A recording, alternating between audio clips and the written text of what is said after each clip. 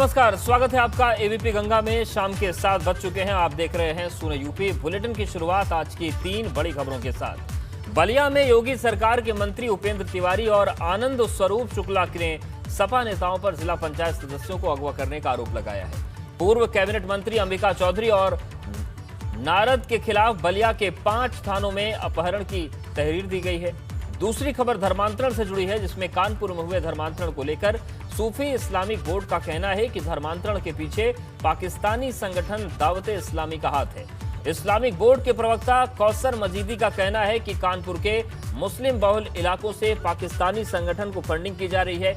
UP के DGP Hitesh Chandra Awasthi retire हो गए हैं और अपने रिटायर होने से पहले एचसी अवस्थी ने एडीजी कानून व्यवस्था प्रशांत कुमार को कार्यभार दिया है। जब सीएम नए डीजीपी के नाम का ऐलान जब तक नहीं करते हैं, तब तक प्रशांत कुमार उत्तर प्रदेश के कार्यवाहक डीजीपी बने रहेंगे।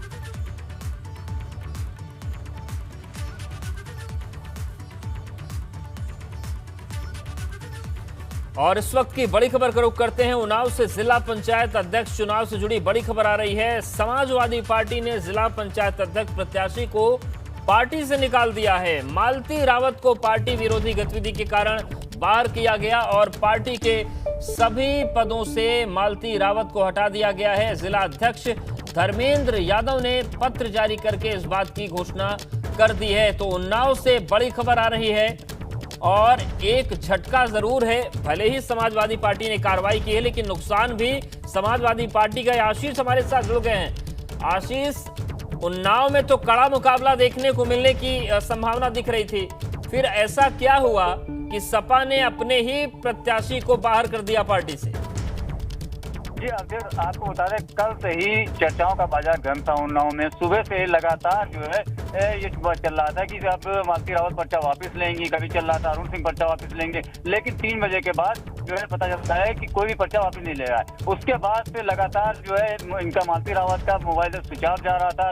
लगातार जो सपा के कार्यकर्ता थे, जो अधिकारी हैं, सपा के जो पूर्व विधायक और जो उनके पदाधिकारी हैं, वो लगातार इनसे संपर्क करने की कोशिश कर रहे थे, इनसे संपर्क नहीं हो पा रहा था। उसके बाद एक रात में मालती रावत एक वीडियो वायरल करती हैं, जिसमें वो कहती हैं कि मैं सपा की प्रत्याशी हूँ, मैं सपा की तरफ से ही लड़ूंगी। लेकिन इन्हें कल से वो लगातार उनके मोबाइल स्विच ऑफ होने की वजह से और अरुण सिंह के साथ उनके जो है जाने की चर्चाएं काफी गर्म हो रही थी। उसी को लेके आज जो है सपा के जो जिलाध्यक्ष हैं, उन्होंने जो है मालती रावत को पार्टी से निष्कासित कर दिया है और साथ ही जो सपा के सदस्य, जिला पंचायत सदस्य जीते हैं, उनसे ये अनुरोध किया है कि वो अपने विवेक के आधार पर जो है लोगों जो सपा के जिला पंचायत अध्यक्ष के लिए वोटिंग होगी, उसमें वोट वो करें।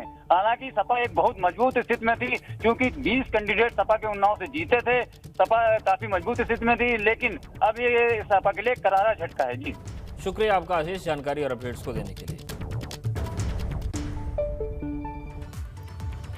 3 जुलाई को उत्तर प्रदेश की 53 जिला पंचायत अध्यक्ष सीटों पर चुनाव होने वाला है और सभी प्रत्याशी अपनी जीत सुनिश्चित करने के लिए जिला पंचायत सदस्यों को अपने पाले में लाने में जुट गए हैं। लेकिन बलिया जिला पंचायत अध्यक्ष चुनाव से ठीक पहले भाजपा ने विपक्ष के 2 नेता नारद राय और अंबिका चौधरी पर जिला पंचायत सदस्यों के अपहरण का आरोप लगाया है। आपको बता दें कि पूर्व कैबिनेट मंत्री रहे अंबिका चौधरी के बेटे बलिया से समाजवादी पार्टी के जिला पंचायत अध्यक्ष पद के उम्मीदवार हैं। यूपी के मंत्री उपेंद्र तिवारी और आनंद स्वरूप शुक्ला ने आरोप लगाया है कि अंबिका चौधरी और नारद राय ने बलिया के कई जिला पंचायत सदस्यों का अपहरण कर लिया है और 5 दिनों से उन जिला पंचायत सदस्यों से फोन पर संपर्क नहीं हो पा रहा है। आनंद स्वरूप शुक्ला ने आरोप लगाया है कि सभी सदस्यों का अपहरण करके दूसरे राज्यों में ले जाया जा रहा है। इस मामले में बलिया के 5 थानों में अपहरण की तहरीर भी दी जा चुकी है। ले गए कि चलिए आप लोगों को हम घुमा दें, और वहाँ ले जाकर 2-3 दिन के बाद हम लोग की मोबाइल ले लिए। हम लोग घर पर फ़ोन भी दिक्कत होने लगी। तब प्रशासन से हम लोग, यहाँ के लोग प्रशासन से, हमारे घर के लोग प्रशासन से मिले, तब वहाँ से हम कल आए। वह इस मामले पर नया मोड़ आ गया है। तथाकथित किडनैप जिला पंचायत सदस्यों ने एक वीडियो जारी किया। वीडियो जारी करके कहा कि वो अपनी मर्जी से बाहर गए। मैं अपने इच्छा अनुसार अपने मित्रों के साथ, अपने सदस्य लोगों के साथ घूमने आया हूँ। मैं अपने स्वेच्छा से हूँ, किसी के दबाव से नहीं आया हूँ। और प्रशासनिक दबाव से तो भाजपा के लोग मेरे को, मतलब मेरे पिताजी को दबाव डाल के एप्लीकेशन डलवाए हैं इसका कोई मतलब वास्ता नहीं है। पापा को मैं बोल दिया हूँ, कल वो अपना प्रोटेक्शन वास्ता उठा लेंगे। देवरिया में बीते 26 जून को पंचायत चुनाव के नामांकन के दौरान की गई गुंडागर्दी सपा नेता को महंगी पड़ गई। दरअसल प्रशासन ने सपा के अभिजीत यादव पर रासुका के तहत मुकदमा दर्ज किया है। 26 जून को जिला पंचायत चुनाव का नामांकन हुआ था, जहां कलेक्ट्रेट गेट पर सपा कार्यकर्ताओं ने हंगामा किया था। इसमें पुलिस ने 5 नामजद और 150 अज्ञात के खिलाफ मुकदमा दर्ज किया था। उसी मामले में पुलिस ने आज सपा कार्यकर्ता अभिजीत यादव पर रासुका के तहत कार्रवाई कर दी। नामांकन के दौरान लोक व्यवस्था छिन्न भिन्न करने के आरोप में एक व्यक्ति पर एनएसए के तहत रिकमेंड किया गया था, जिसको जिला मजिस्ट्रेट देवरिया साहब ने अनुमोदित करके एनएसए में निरुद्ध करते हुए इससे संबंधित आख्या शासन को दिया। बलिया में यूपी सरकार के 2 मंत्री जिला पंचायत सदस्यों के अपहरण का आरोप लगा रहे हैं, तो बदायूं में जिला पंचायत सदस्य के प्रशासन ने घर ढाने की धमकी देने का आरोप लगाया। बदायूं के बनई से जिला पंचायत सदस्य ईश्वरती का कहना है कि भाजपा के प्रत्याशी को वोट देने का दबाव बनाते हुए उसके घर पर बुलडोजर चलवाने की धमकी दी गई। लेकिन अब इस मामले में कांग्रेस भी कूद पड़ी है और जिला पंचायत सदस्य के समर्थन में धरना शुरू कर दिया है। मतलब यह कि हम इसको तोड़ेंगे, तो हम लोग कांग्रेस के लोग इकट्ठे हो गए। हमने कहा अगर आपको तोड़ना है तो फिर हमें भी तोड़िएगा, हमें भी जेल भेज दीजिए, जो भी हमारा काम करना, हम वहाँ पे बैठ गए थे। उसके बाद काफ़ी फोर्स आई, तो 7-8 बजे यहाँ पर ये कह के चले गए कि सुबह 8 बजे बुधवार के दिन ये तोड़ा जाएगा। उन्होंने बाकायदा अपनी गाड़ी से अनाउंस भी किया कि ये अवैध निर्माण जो है सुबह 8 बजे तोड़ दिया जाएगा, मकान खाली कर दिया जाए, आसपास के लोग यहाँ पर कोई मौजूद ना रहे। तो हमने कहा ठीक है, हम तो रहेंगे। अगर हमें इसके बाद हमने डीएम के साथ ये ज्ञापन भी दिया कि कोई नियम के अंतर्गत ये कार्रवाई नहीं हो रही है, बिल्कुल केवल चुनाव लड़ने का, एक चुनाव में उत्पन्न करने का एक तरीका बनाया है अधिकारियों ने। तो हमारे मंत्री नेताओं ने ऊपर बात करी। उसके बाद हम लोग 8 बजे से यहाँ पर बैठे हैं। बलरामपुर से निर्विरोध जिला पंचायत अध्यक्ष बनी आरती तिवारी को आज जीत का सर्टिफिकेट मिल गया। भाजपा के उम्मीदवार आरती तिवारी को डीएम श्रुति ने जीत का सर्टिफिकेट दिया। आरती तिवारी ने सबसे कम उम्र में जिला पंचायत अध्यक्ष चुनाव जीतने का रिकॉर्ड भी बना दिया है। महज 21 साल की हैं, बीए 3rd ईयर की छात्रा हैं। आरती तिवारी को भाजपा ने अपना उम्मीदवार बनाया था, जिस पर वो खरी उतरी और निर्विरोध जिला पंचायत अध्यक्ष बन गई। और इस वक्त बड़ी खबर आ रही है, धर्मांतरण मामले में गुजरात से एक आरोपी सलाउद्दीन गिरफ्तार किया गया है। धर्मांतरण के लिए फंडिंग करने का आरोप है। गुजरात और यूपी एटीएस का ज्वाइंट ऑपरेशन हुआ है। धर्मांतरण मामले में अब तक 6 आरोपी गिरफ्तार किए जा चुके हैं।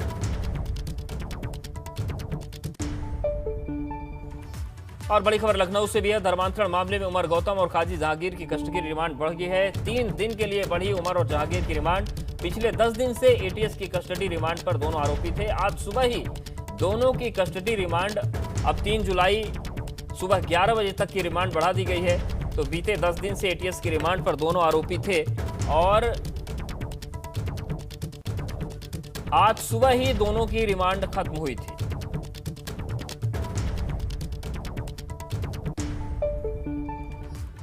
इधर कानपुर में हुए धर्मांतरण को लेकर सूफी इस्लामिक बोर्ड का कहना है कि धर्मांतरण के पीछे पाकिस्तानी संगठन दावते इस्लामी का हाथ है।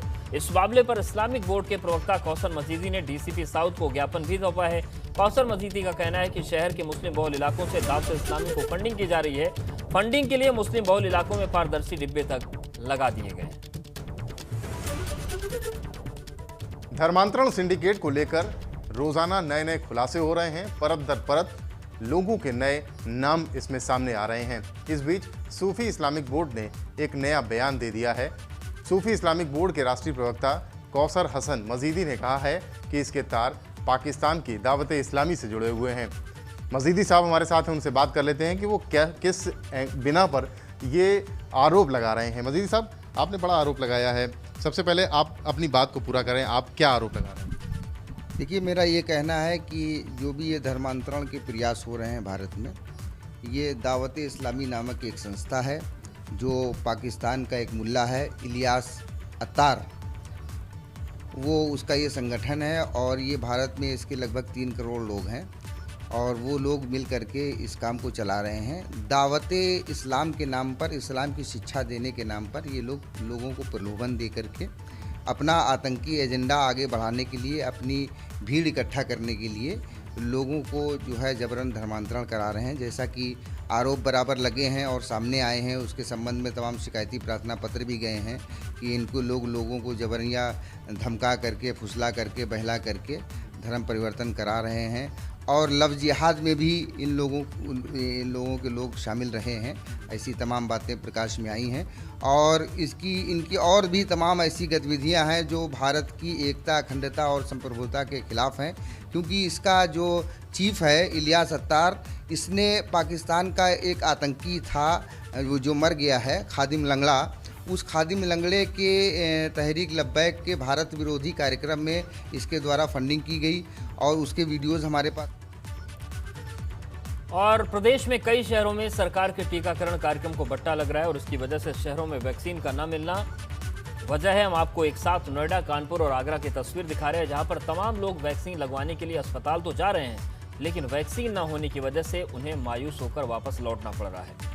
कोरोना के खिलाफ सरकार लगातार वैक्सीनेशन को बढ़ावा देने की बात कह रही है, लेकिन अगर अस्पताल में वैक्सीन मिलेगी ही नहीं तो फिर वैक्सीनेशन प्रक्रिया को आखिर आगे कैसे बढ़ा सकेंगे। तो नोएडा, आगरा, कानपुर, जहां पर लोग तो वैक्सीनेशन को लेकर जागरूक हैं, वैक्सीन लगवाने जा रहे हैं, लेकिन वैक्सीन की किल्लत मुसीबत खड़ी कर रही है।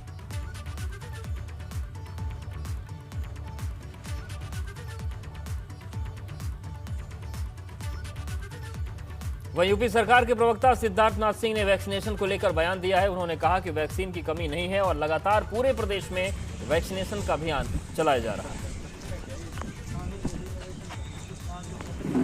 ऐसा नहीं है कि वैक्सीनेशन की नहीं हो रहा, वैक्सीनेशन चल रहा है और उत्तर प्रदेश ने हमारा जून के महीने में 1 करोड़ का टारगेट था, वो उसी आधार पे आनी थी कि 1 करोड़ जैसी खत्म होता है, वो अब आ रही है और वो आ गई है, तो वो दिया जाएगा तो और तेजी चलेगा। मगर जो हमारा लक्ष्य था हमने उसके बेसिस में कार्य कर लिया था जून के महीने में।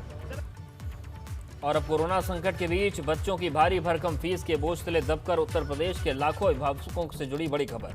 कोरोना संकट के बीच यूपी के प्राइवेट स्कूलों का मनमाने तरीके से फीस वसूलने का मामला अब हाईकोर्ट पहुंच गया है। इलाहाबाद हाईकोर्ट ने इस मामले में सख्त रुख अपनाते हुए यूपी सरकार के साथ ही सीबीएसई, आईसीएसई और यूपी बोर्ड समेत सभी प्राइवेट स्कूलों से जवाब तलब कर लिया है।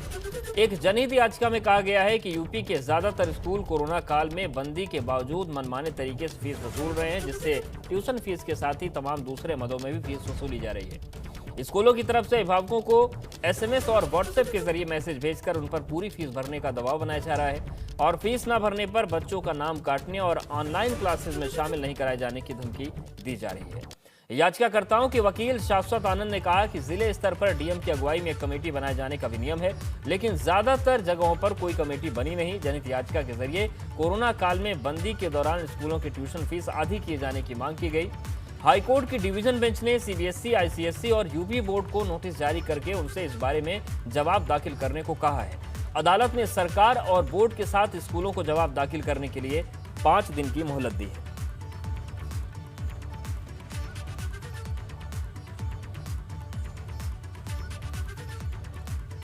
और यूपी से प्रशासनिक फेरबदल की एक बड़ी खबर आ रही है। यूपी में 16 बेसिक शिक्षा अधिकारियों का तबादला हुआ है। रामपाल सिंह बीएसए बांदा बनाए गए हैं। राजीव रंजन मिश्रा को बेसिक शिक्षा अधिकारी चित्रकूट बनाया गया है। जय सिंह बेसिक शिक्षा अधिकारी उन्नाव बनाए गए हैं। सुरेंद्र सिंह बेसिक शिक्षा अधिकारी शाहजहांपुर। हरीश चंद्र नाथ वरिष्ठ प्रवक्ता जिला एवं प्रशिक्षण संस्थान चित्रकूट बनाए गए हैं। तो ये प्रशासनिक फेरबदल शिक्षा विभाग में किया गया है।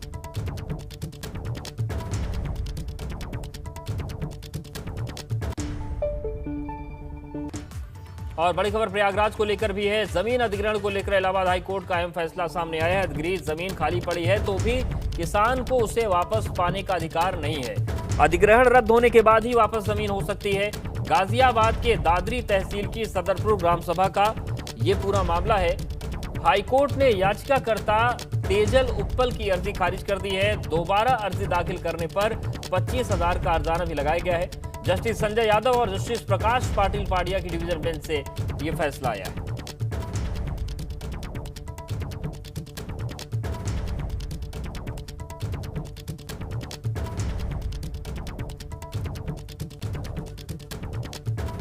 तो हाईकोर्ट ने यह कहा है कि भले ही जमीन का अधिग्रहण हुआ और काम नहीं हो रहा है, लेकिन फिर भी जब तक अधिग्रहण रद्द न हो तब तक जमीन वापस नहीं की जा सकती। उधर मथुरा से सांसद हेमा मालिनी ने अपने निजी आवास राधा वैली में जल निगम और सिंचाई विभाग के अधिकारियों के साथ बैठक की और इस दौरान उन्होंने शहर और गांव में पानी की व्यवस्थाओं को लेकर अधिकारियों को दिशा निर्देश दिया। गांव वालों के पानी के लिए कहा और लोगों तक सही पानी पहुंचाना हमारी जिम्मेदारी है। और उन्होंने कहा कि रावल और मानागढ़ी गांव में टंकी का काम चल रहा है। मैंने अपने घर में ही बुला के आज मीटिंग किया है। फर्स्ट सिंचाई विभाग से काफ़ी लोग आए थे, आगरा से, मथुरा से सब।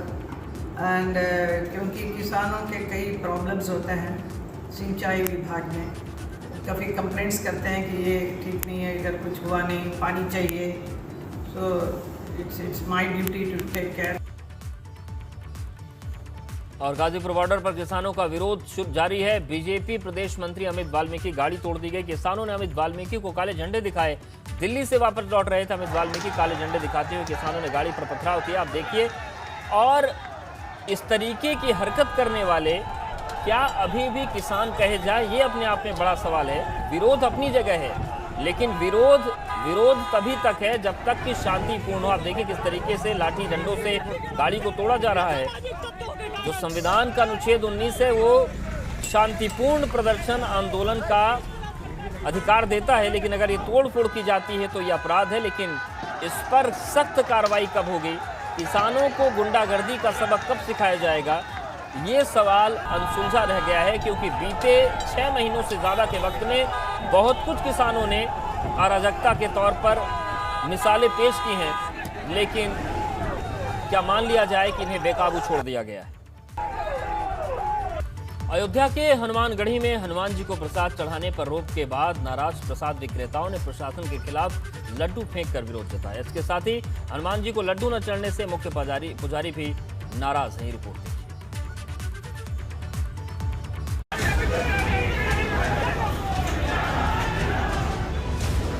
सड़क पर लड्डू फेंककर विरोध। प्रसाद न चढ़ने से सड़क पर हल्ला बोल। हनुमानगढ़ी में हनुमान भक्तों का हंगामा। बीच रोड पर खड़ी ये पुलिस और इसके आसपास लगे इस मजमे को देखकर आप जरूर सोच रहे होंगे कि यहाँ कुछ तो हुआ होगा। आप बिल्कुल सही सोच रहे हैं। पुलिस को चारों ओर से घेर कर खड़े ये लोग हनुमान भक्त हैं और यहाँ के स्थानीय प्रसाद विक्रेता हैं जो अयोध्या प्रशासन से नाराज हैं। दरअसल तस्वीरें हनुमानगढ़ी की, जहाँ पर हनुमान जी को प्रसाद चढ़ाने पर प्रशासन ने रोक लगा रखी है और ये सब इसके खिलाफ सड़क पर उतर आए। और ये 3 तस्वीरें इस बात की गवाह हैं। इन 3 तस्वीरों को देखकर आप खुद समझ गए होंगे कि कैसे स्थानीय प्रशासन ने प्रसाद विक्रेताओं की दुकानें बंद करा दी, जिसके बाद दुकानदारों ने सड़क पर लड्डू फेंककर विरोध जताया।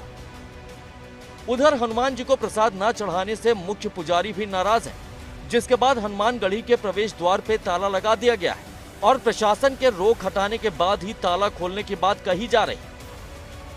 विवाद को बढ़ता देख मामले में पंचायती बैठक बुलाई गई। प्रशासन का दावा है कि लड्डू की क्वालिटी ठीक नहीं होने की वजह से रोक लगाई गई। हालांकि अब देखना यही होगा कि इस मामले में प्रशासन क्या फैसला लेता है। एबीपी गंगा के लिए अयोध्या से ऋषि की रिपोर्ट। मेरठ के फलावदा थाना क्षेत्र में जमीनी विवाद के चलते 2 पक्षों के बीच खूनी संघर्ष हुआ। इस दौरान दोनों ओर से जमकर फायरिंग हुई और मारपीट में एक युवक की मौत हो गई। वहीं लगभग 6 से ज्यादा लोग घायल हो गए। घटना के बाद एसपी देहात सहित कई थानों की फोर्स मौके पर पहुंची। बुधवार की दोपहर तक पुलिस आरोपियों की तलाश में जुटी थी।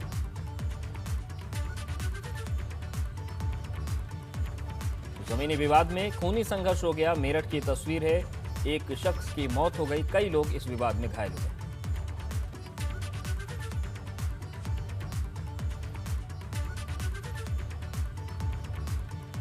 और इस बुलेटिन फिलहाल इतना ही। आप बने रहिए एबीपी गंगा के साथ।